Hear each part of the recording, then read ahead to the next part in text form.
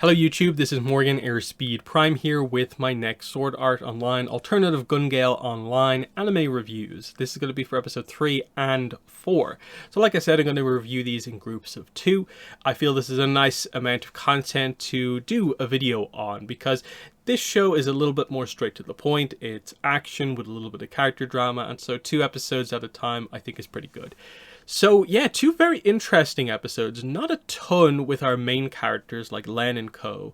And in fact, a lot of the other teams got the spotlight across these episodes, with specifically Clarence and Shirley getting the spotlight in episode 3. And then like team, was it Shink, the gymnastics club girls, getting focused in episode 4, Memento Mori. The Machine Gunners team got focused there as well, but also they did the big reveal on the special rule that has come into play now that there's only a few teams left in episode 4, and that's the big setup for probably the next 2-3 episodes, however long the squad jam is going to last. But we're into the final section of it now, that this big rule change is going to definitely push things in an interesting direction. So let's get into it here. Episode 3, like I said, barely has that much like Len and co. There's a decent sized scene at the start of just them talking about what they're going to do next, but like ultimately until the very final scene of episode 4, most of it is just like logistics of like, how do we get out of this train cart that we did the previous fight in and get out of what has become a bit of a, shooting gallery here at the train yard. And what ends up actually happening is that the chaos that Shirley and Clarence cause gives the team the opportunity to escape, and then they're escaping on the vehicle that they have, and that allows them to reflect on what the other teams are doing, and we get the recap on that, eventually building up to the reveal about the traitor team situation. But yeah, Clarence and Shirley get the spotlight. So, Clarence, of course, we met her in both these characters we met in season 1. They got focused for like an episode, basically. But here we get a little bit more spotlight on them, basically as they inadvertently clear the way for Len's team to get out. Clarence, of course, does this by basically manipulating the other teams with her kind of charisma to a certain degree, talking to them, teaming up with them, but then immediately betraying them because she's a bit chaotic, and she reveals that like she purposefully wanted to go in as like this big betrayer character over the course of this game. And yeah, she ends up taking out a lot of teams in that way. Like she lures them in, they accept her as a teammate because she comes up with this really clever strategy to take out Len's group. But then as they're getting into position, she just sneaks up behind groups of them and is just like, hey, someone's over there. And as they turn around, she's just like bang, bang, bang. It's just her and one teammate called Sam, this guy, who ends up getting taken out by Shirley when she gets introduced into the episode. But it's just kind of clever tactics using the more sort of social aspect of the game, which I thought was a fun dynamic to have. On Shirley's side of the episode, with her, they of course established that what's driving her at this point is the failure to kill Pito Hui from the previous squad jam. This is what she's devoted all of her time in the game to.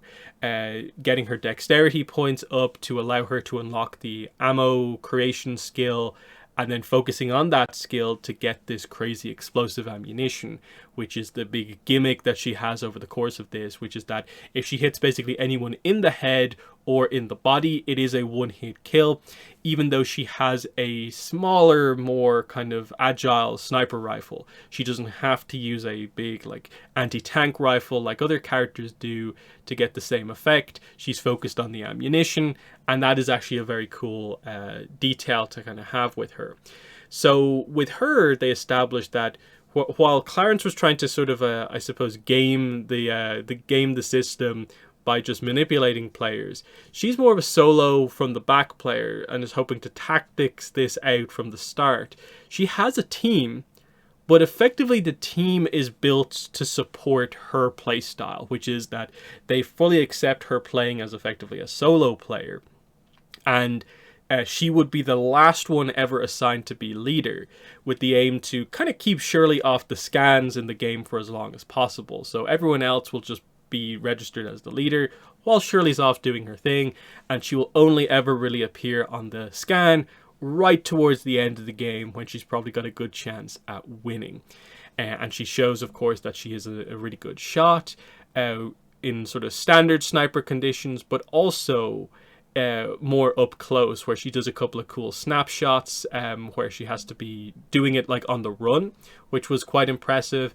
And then this all builds up to like the end of the episode, where Clarence and Shirley have, without seeing each other, both basically cleared out all the rest of the teams. They're the only two players left, along with Len's team, which is making their escape. And they're both like, oh, the water's coming in, we better get out of here. And they basically both accidentally come across each other, and it gets into this kind of Mortal Kombat style situation where they have this giant one-on-one where it ends with the two of them kind of killing each other. So the final aspect of this, of course, is Clarence has a grenade that blows the two of them up, but that only happens because Shirley is the one who, over the course of the fight, gets the advantage by switching from the sniper rifle to up close with the knife, and she just full on stabs Clarence in the side in a pretty brutal scene. But I would say in general, the whole action scene here was very, very nice in that it's your long range / short range player, sniper rifle and knife, versus mostly mid range weapons with the handgun and kind of rifle combo. And yeah, Clarence gets her leg blown off, highlighting that it's not a one hit kill anywhere on the body. It has to probably be like center mass or head.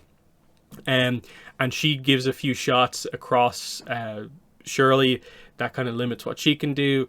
But it ends up coming down to the big stabbing scene where, again, Clarence uses her kind of social skills here to advantage, like screaming as if like it's the pain of being stabbed. But it's just a distraction to distract from the fact that she's pulled out the grenade, and both of them end up dying. So Shirley's plan goes up at this point because she's actually the first on her team to die instead of her being planned to be the last. And the rest of her team basically goes down quite quickly after that.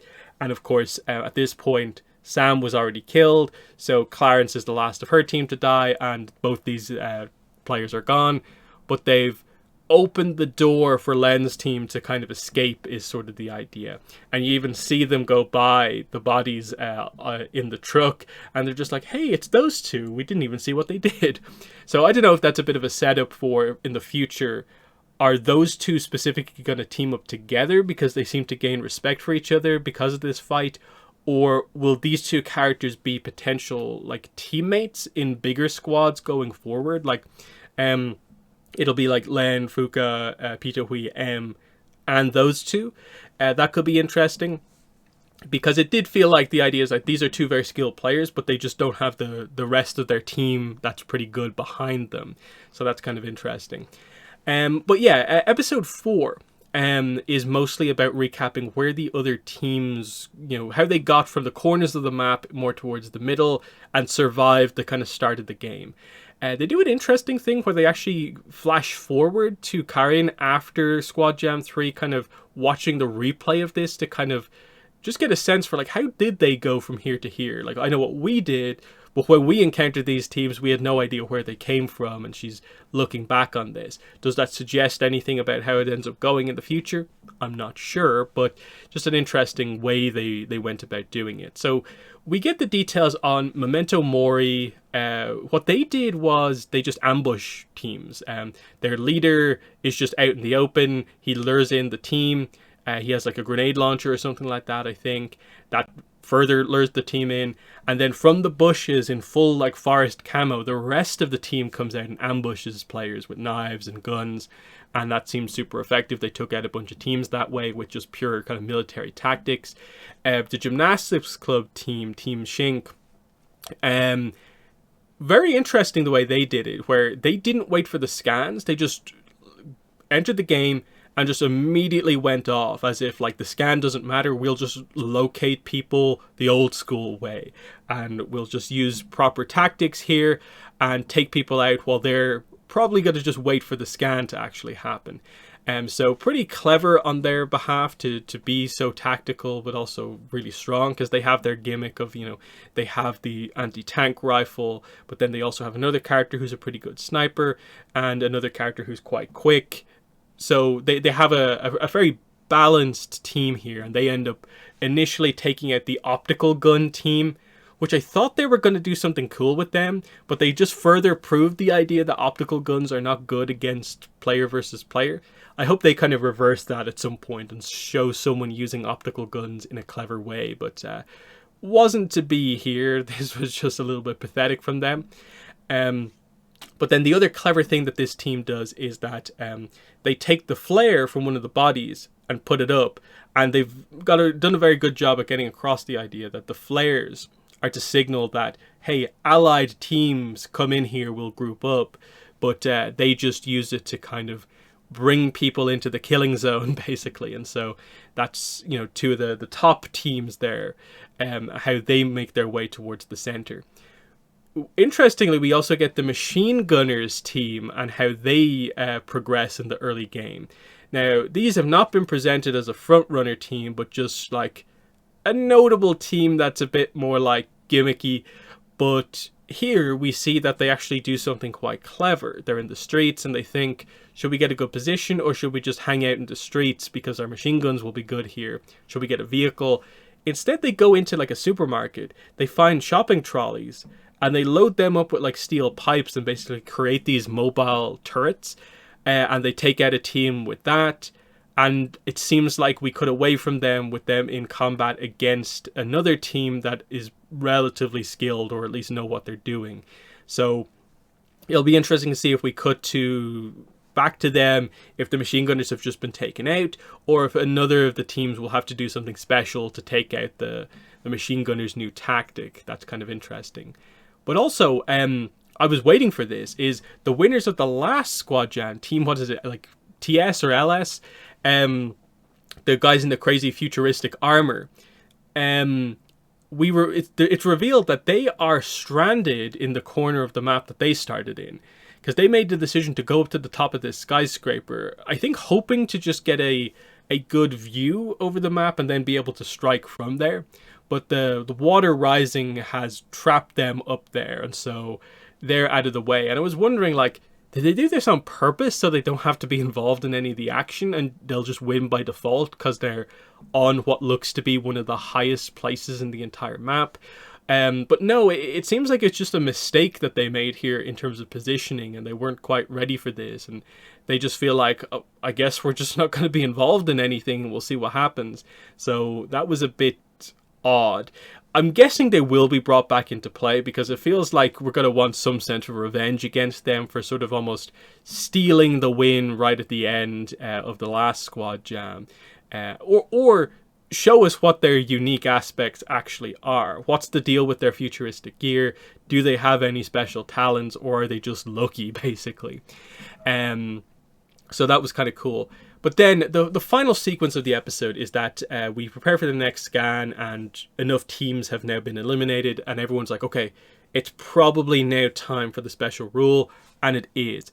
Everyone's looking at their kind of tablet thing, and it comes in, and everyone's like, the event organizers are like, look at your tablet. They even say that like guns are going to be disabled for the next little bit while we explain this, because one member of each surviving team is going to now be designated as a traitor. We're going to then pick up via a transport those traitor players and bring them to the same location and form a team of traitors. So there'll be an extra team now in play, and they will be located in the kind of unknown mysterious section at the center of the map that no one knows what it actually is so far in the game. And of course, the twist is that for Len's team, the traitor is going to be Pitowi. And she loves this, but Len, of course, doesn't, because part of the gimmick of this Squad Jam was that Len was only really super happy to go into this because she was finally going to be teammates with Pitowi, and the prospect of going against her was not going to be a thing anymore. That drama was apparently done in Season 1, but now it's back.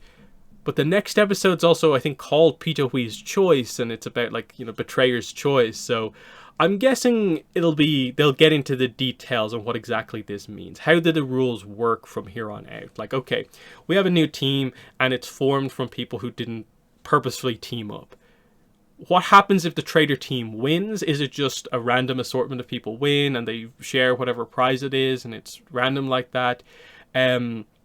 Is there a secondary objective here where it's sort of like you can win for your team if you take out the other teams, including your team, but you are the last member of the traitor team left standing? So like they have to betray their own team and their new team effectively at the same time. That could be interesting, because that's the situation that we have, is that there's like 6 teams left, and there's like a team of 6, and they're the traitors. But any team that they encounter, one member of the traitor team is not going to be up for shooting against whatever team they encounter. And that's going to be the case for every team. So I don't really know what specific way this is going to work. We need to get more of the specific rules here. Because my assumption is probably going to be that even though they're teasing Len Pita Hui again, that probably is not going to happen. So I think we might see Pita Hui switch to maybe being more of a team player here, where she will play it as, oh, I'm crazy, I'm going to do everything for the traitor team now, I want to kill Len, but then betray the betrayers and help the team win in that way. And that might be a cool moment for Len to see. But either way, it definitely adds some excitement to this, but it takes away maybe some of the story beats that we've been building towards, in terms of, oh, this affects like the entire game, like in terms of maybe expecting something like Len's team versus the gymnastics club team.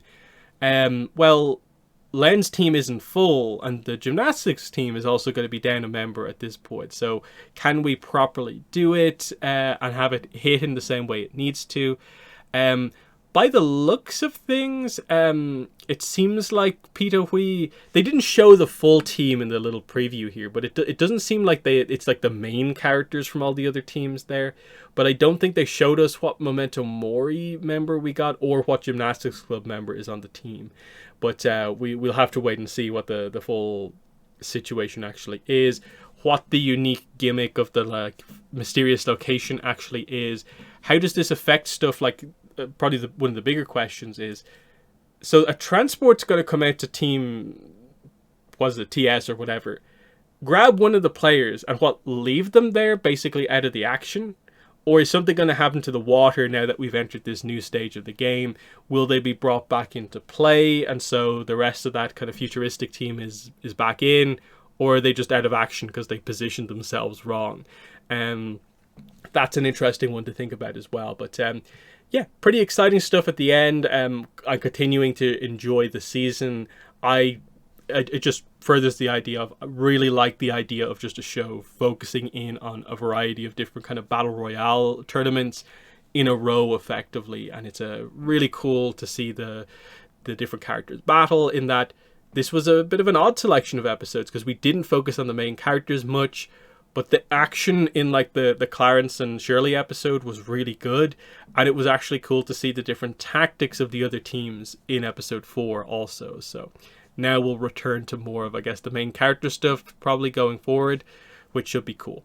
So yeah, in the comments, let me know what your thoughts were on this episode. But that's been the video. Thanks for watching, and bye.